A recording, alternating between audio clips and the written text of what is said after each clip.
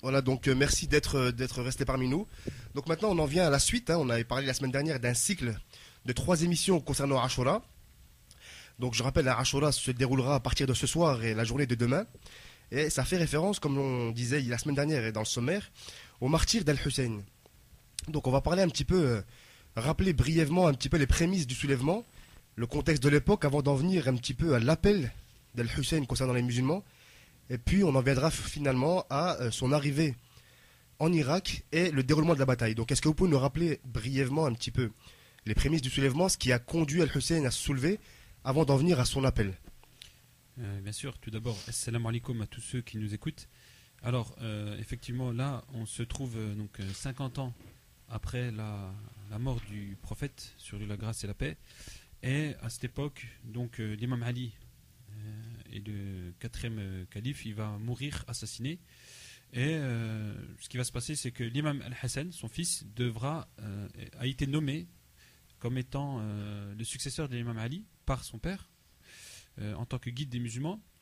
Mais le problème qui va se poser par rapport à l'imam Al-Hassan, c'est-à-dire le fils de l'imam Ali, c'est qu'un certain Muawiyah en Syrie pose un certain nombre de problèmes graves. C'est-à-dire que après s'être désigné calife des musulmans en Syrie, donc après avoir fait comme une scission, et bien là, il veut se proclamer calife des musulmans tout entiers.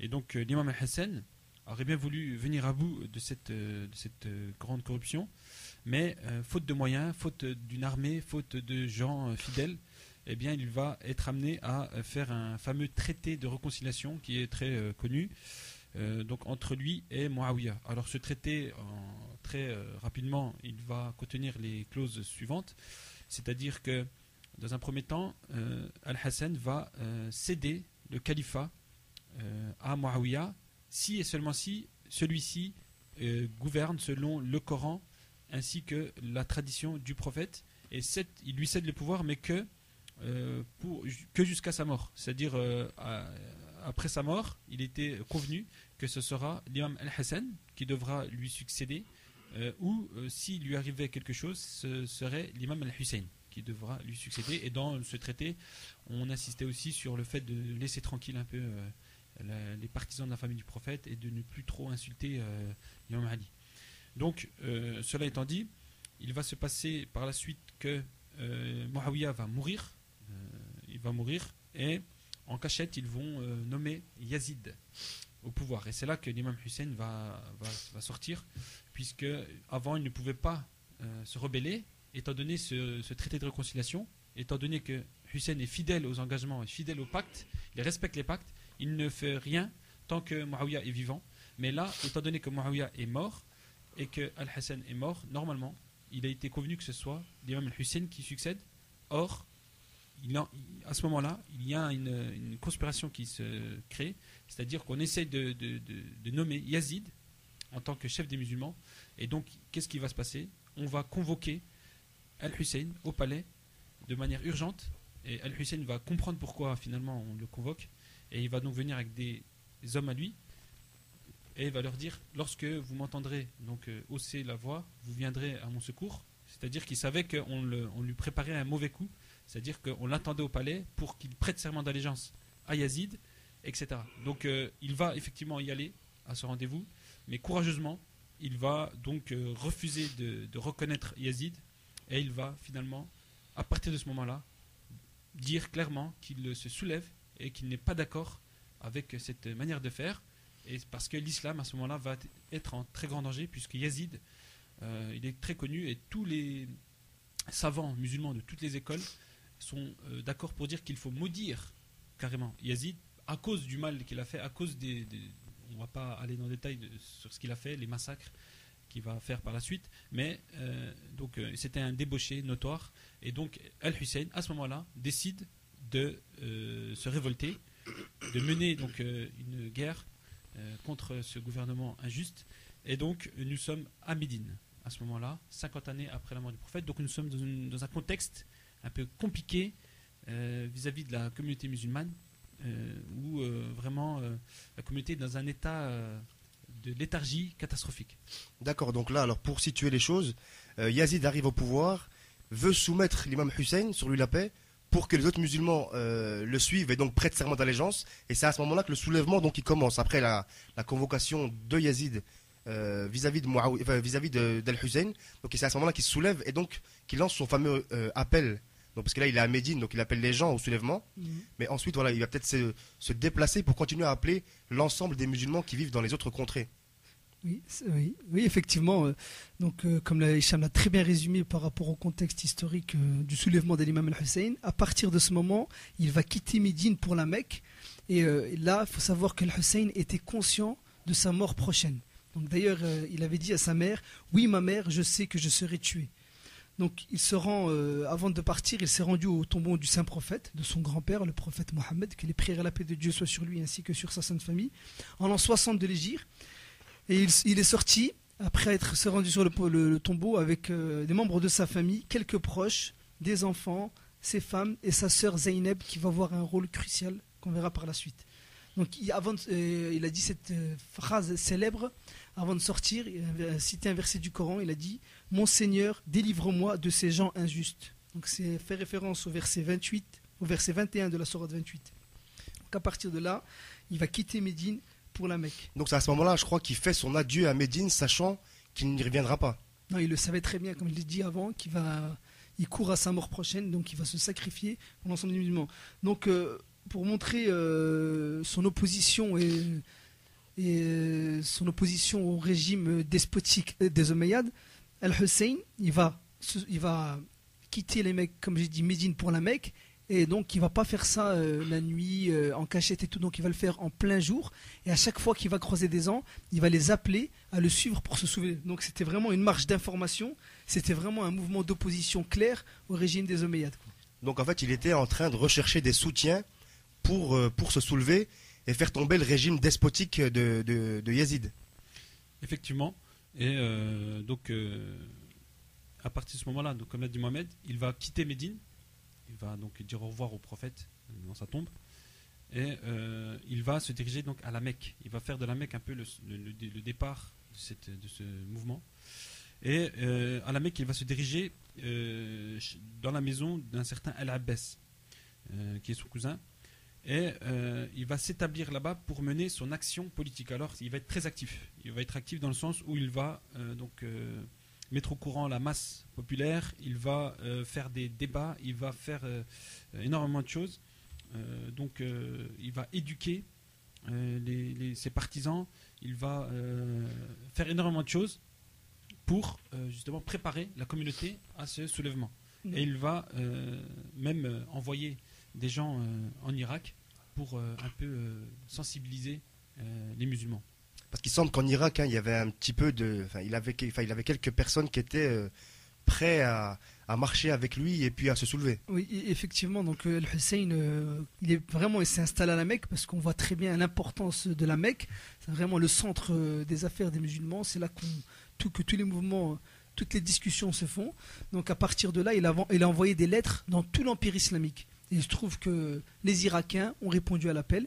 Donc Al-Hussein, en tant que guide éclairé, il ne va pas se lancer comme ça inutilement. Il voulait s'assurer de la fidélité des Irakiens et de leur engagement vis-à-vis des lettres. Donc il a envoyé en éclaireur un fidèle à lui, Muslim ibn Aqil, qui va prendre la température sur place. Il va voir si réellement les Irakiens sont prêts à l'accueillir et à se soulever avec lui.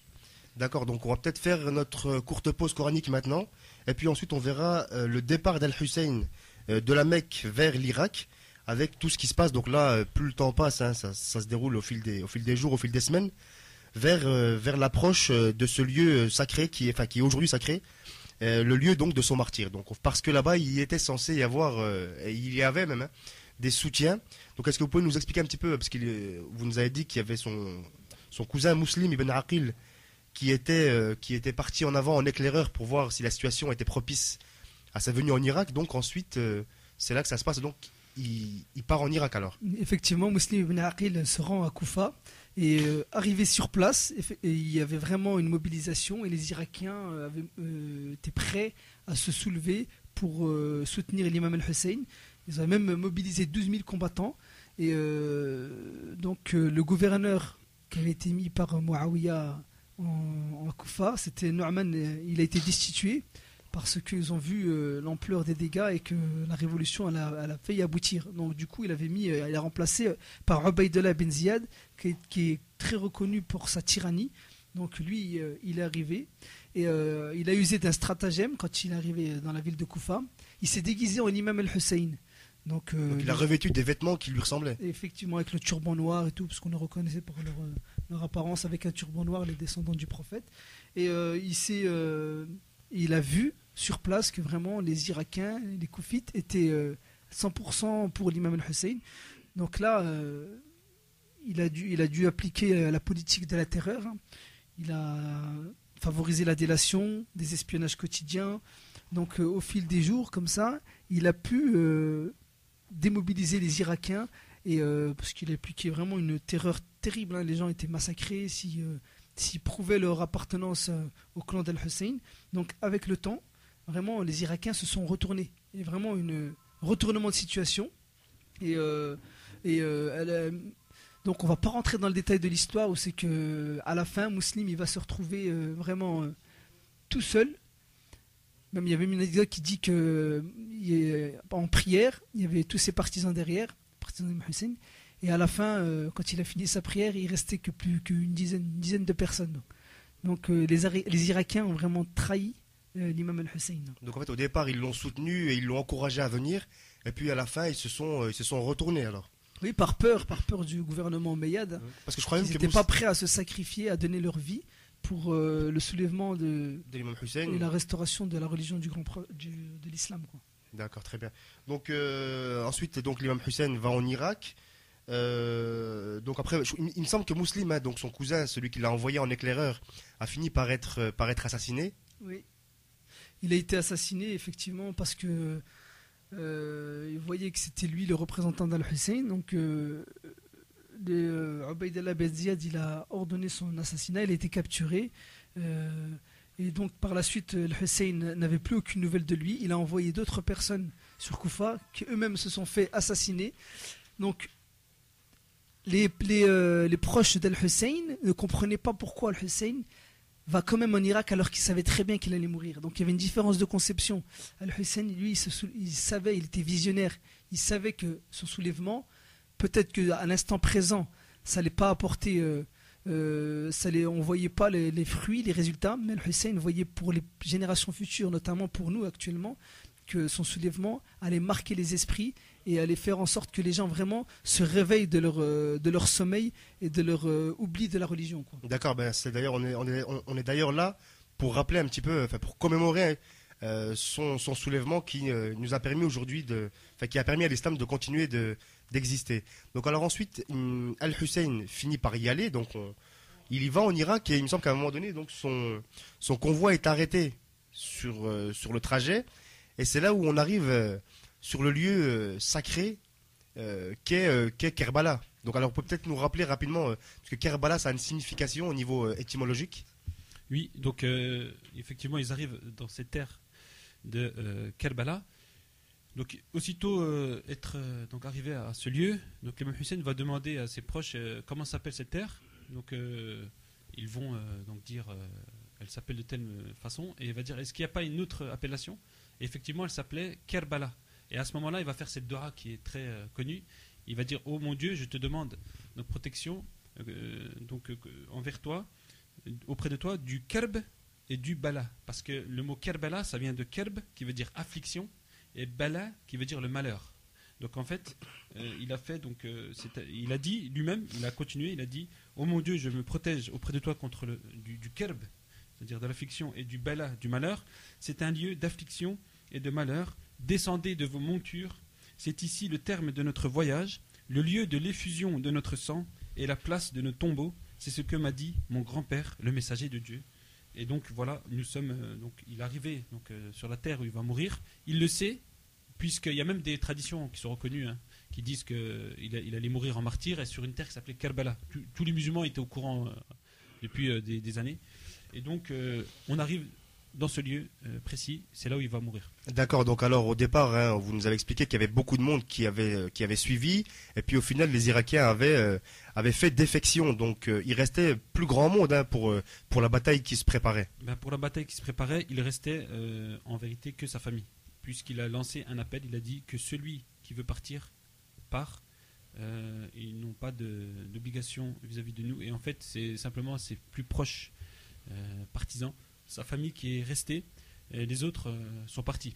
Donc je crois qu'il y avait un rapport hein, au niveau entre guillemets armé, 70-80 d'un côté et puis 3-4 000, peut-être même 5 000 de l'autre côté. Oui, parce que quand il est arrivé à Karbala, donc c'est vrai que quand il a fait son trajet de Médine à la Mecque, il a appelé les gens on l'écoutait, l'ont entendu, et au fil des ans, quand ils ont vu que les Irakiens se sont démobilisés, c'est dit, Al-Hussein leur a dit, comme l'a très bien dit Hicham, vous n'avez aucune obligation contre nous, mais en réalité, les gens sont partis, mais en réalité, ils devaient rester.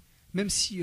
C'était une façon de les tester. Voilà, quoi. normalement, il faut se sacrifier, il fallait rester, et quand bien même le donner de sa propre vie, même si il fallait pas se fier au nombre et tout, c'était souvent un soulèvement, un sacrifice pour Dieu en réalité. C'était pour montrer l'opposition. Alors Hicham, tu as peut-être une chose à ajouter? Ouais. C'était pour illustrer ce qu'il disait.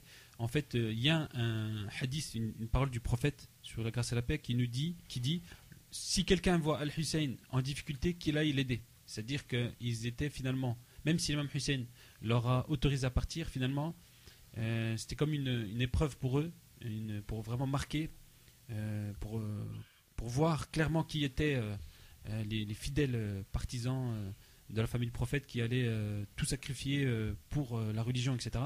Et donc, ils étaient en vérité soumis à une obligation prophétique du fait que là où le Hussein est, il faut l'accompagner et l'aider, etc. D'accord, donc on va peut-être parler un petit peu maintenant de la bataille à proprement parler, hein, oui. parce qu'on a dit... Donc, quand ils sont arrivés à Karbala, c'est Omar ibn Saad qui s'est opposé à lui avec 4000 soldats. Donc cette personne-là, il a accepté le commandement parce qu'on lui avait promis en échange le gouvernement de Rey. Donc Rey, c'est une province d'Irak. C'est une province d'Irak et c'était la prunelle de ses yeux. Il était capable de tuer le descendant du saint prophète juste pour avoir du pouvoir et tout. Donc on voit un peu la nature de l'homme jusqu'où il peut aller. D'accord, donc ouais, pour un morceau de terre, il était capable de sacrifier un très grand homme. Donc voilà, donc après, plus les jours passent, hein, parce que le début du mois de Muharram, hein, le mois de Muharram, c'est le premier mois islamique, il y a des discussions entre les deux parties, savoir à quel moment est-ce qu'ils vont entrer en conflit, en bataille, et puis on arrive petit à petit à... Je crois qu'on peut peut-être parler un petit peu de... Pardon, on peut peut-être parler un petit peu de la nuit qui a précédé à Ashura. Donc il y a eu un certain nombre d'événements qui se sont passés, des actes d'adoration, etc. Exactement, c'est-à-dire que Al-Hussein va essayer d'avoir vis-à-vis de son oppresseur une nuit pour soi-disant réfléchir. Alors ses ennemis pensaient que c'était pour réfléchir, est-ce qu'on se rend à la réalité des choses, mais en fait ils ont réussi donc à obtenir cette nuit, mais c'était pas du tout pour ces choses-là, mais c'était pour passer la dernière nuit donc en adoration avec Dieu. Et pendant cette nuit, ils vont prier Dieu, lire le Coran. Il y a aujourd'hui un certain nombre de choses qui sont conseillées de faire, etc. D'ailleurs, le Ashura est donc le 10 de Muharram, et ça sera ce dimanche-là. Voilà, donc demain soir et puis la journée de lundi. Voilà, c'est-à-dire que ce jour-là, contrairement à ce qui est dit, il ne faut en aucun cas donc pratiquer le jeûne. Donc on pourrait revenir sur c'est bien mal entendu, mais on peut jeûner finalement jusqu'à la veille de Ashura, mais le jour de Ashura, il ne faut en aucun cas jeûner, c'est vraiment quelque chose qui a été inventé. D'accord, donc la semaine prochaine on parlera un petit peu des enseignements à tirer et puis on vous donnera quelques conseils pratiques hein, concernant ce jour. Donc voilà, donc après on est la nuit de Ashura. L'imam Hussein, sur lui la paix, parce qu'il était incontesté, hein, il priait, il invoquait Dieu, et ensuite on arrive vraiment à ce fameux jour où il est tombé en martyr. Oui. Mais je crois qu'il est tombé en dernier en martyr, je crois que c'est assez symbolique. Donc on va faire très brièvement, parce que si on voulait parler de l'histoire de l'imam al-Hussein avec les détails et tout, ça prendrait du temps, une mission radio, donc on va être très bref. Donc l'imam al-Hussein, le jour de la bataille, c'était un vendredi, le 10 de Muharram. Donc Al-Hussein, il avait protégé son camp en mettant du feu tout autour pour protéger les femmes des tranchées, pour protéger les femmes et les enfants. Donc il a organisé sa défense, il a mis sur le flanc droit Zuhair, sur le flanc gauche Habib bin Madha, et au milieu il y avait lui et sa famille, et il a donné l'étendard à son frère Al-Abbas. Donc c'est vraiment des héros martyrs qui vont mourir un par un, quoi. Et en face il y avait 4000 hommes. Donc Al-Hur, il faisait partie du camp adverse, et il a eu un sursaut de conscience. Au dernier moment, il a rejoint le camp d'Al-Hussein. D'accord, donc il ne voulait pas faire partie de ceux qui assassinaient le voilà, petit-fils du donc comme prophète. quoi que rien n'est gagné jusqu'au bout. Il a eu encore parce qu'il faut savoir que Al-Hussein a exhorté la meuf de renoncer à s'en prendre à lui, et Al-Hur a eu un sursaut de conscience et il a rejoint l'armée adverse, l'armée de l'imam Al-Hussein. Donc Omar ibn Saad, c'est lui qui a lancé la première flèche, donc c'est eux qui ont commencé les hostilités. Il y a eu des combats en duel qui sont installés, et au début en duel, l'imam Al-Hussein et les partisans Al-Hussein, ils gagnaient tous les duels. Donc là ils ont vu qu'ils perdaient, donc ils ont donné un assaut, et à partir de l'assaut, étant donné qu'ils étaient 4000, ils n'ont pas pu ils résistaient comme ils pouvaient, brièvement, héroïquement. Donc les partisans d'Al-Hussein mouraient un par un, et Hussein avait vu tous ses partisans, ses frères et tout mourir, et même il y a une anecdote qui vraiment fait mal au cœur, parce qu'il avait son fils dans les bras, il voulait l'embrasser avant un nourrisson avant de partir à sa mort certaine, et son fils a reçu une flèche à la gorge. Donc Al-Hussein est resté insensible par rapport à ça. C'est pas, même s'il avait reçu une flèche à la gorge de son fils, ce qui ne l'a pas empêché de renoncer à son sacrifice. Donc Al-Abbas et Al-Hussein, ils vont chercher une dernière fois de l'eau pour apaiser la soif des enfants et des femmes. Parce que on peut peut-être dire que le camp adverse de Yazid avait coupé l'accès à l'eau, ce qui fait que dans le désert, parce que c'était une région désertique, les gens souffraient de la soif. Effectivement, on a oublié de préciser, c'est très important par rapport à ça. Donc c'était vraiment une haine vouée et acharnée contre Al-Hussein et ses partisans, parce qu'on ne peut pas priver quelqu'un d'eau, même si on le combat, c'est pas des règles qui s'appliquent dans la guerre. Qui s'appliquent même à l'époque, ça se faisait pas, qu'on ne peut pas priver d'eau. D'accord, donc ils sont étaient allés vraiment chercher privés d'eau, ils ont forcé le barrage pour récupérer de l'eau, et Al-Hussein, il est mort une flèche au cou. Ils l'ont mis plein de coups d'épée, des coups de lance. Donc, et même à la fin, quand il était mort, ils ont piétiné son corps avec les chevaux, ils lui ont coupé la tête, et ils étaient fiers d'avoir massacré le petit-fils du saint prophète. D'accord, donc voilà les détails un petit peu de cette bataille, hein, en résumé. Alors peut-être un dernier mot de conclusion avant qu'on passe à la suite de notre émission. Donc de manière générale, on voit donc un champ de massacre. Et donc la tête de l'imam Hussein a été coupée, elle va être amenée par la suite à Yazid sur une lance, et il va la brandir comme un trophée en disant voilà, j'ai réussi. Donc on laisse derrière malgré tout des veuves et des orphelins. Ils vont être conduits chez Yazid, donc à Damas en Syrie. Et là, à ce moment-là, intervient la fameuse Zainab, la sœur de l'imam Hussein, la grande Zainab al-Kubra, la grande Zainab qui va courageusement défier à elle toute seule l'autorité des Omeyyades, et qui va leur faire des discours, qui va maudire d'ailleurs les opposants qui ont massacré sa famille.